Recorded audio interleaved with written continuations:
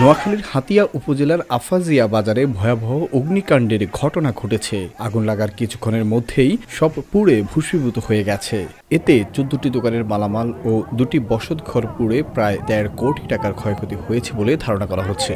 গত বুধবার রাত ১২টার দিকে আফাজিয়া বাজারে অগ্নিকাণ্ডের এই ঘটনাটি ঘটেছে বলে জানা যায়। ব্যবসায়ী আব্দুল্লাহ আল মামুনের কসমেটিক্স দোকান থেকে আগুনের সূত্রপাত হয় বলে প্রাথমিকভাবে ধারণা করা হয়েছে।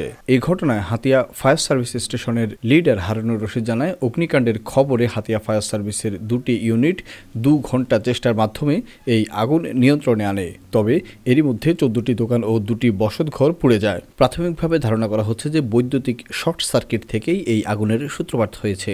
তবে ঘটনাটির বিস্তারিত তদন্ত শেষেই জানা যাবে। রাশেদুল ইসলাম তথ্য ভিডিও চিত্রে, ডেস্ক রিপোর্ট, নোয়াখালী টিভি।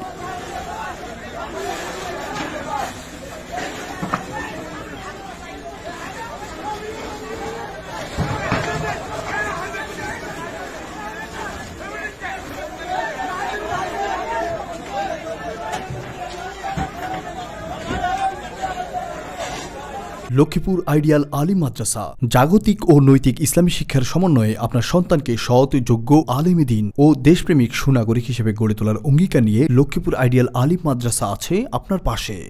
এখানে প্লে থেকে আলিম পর্যন্ত সাধারণ বিভাগ, বিজ্ঞান বিভাগ, হিফজুল কোরআন ও গার্লস শাখায় ভর্তি চলছে। এখানে রয়েছে উন্নত যোগাযোগ ব্যবস্থা এবং রুচিশীল ও শিক্ষাবান্ধব পরিবেশ, আবাসিক, অনাবাসিক ডে কেয়ার ব্যবস্থা। লক্ষ্মীপুর আইডিয়াল আলিম মাদ্রাসা, কোর্ট বিল্ডিং সংলগ্ন, জমুল স্টেশন, সদর, লক্ষ্মীপুর। নোয়াখালী টিভি, বৃহত্তর নোয়াখালীর প্রতিচ্ছবি।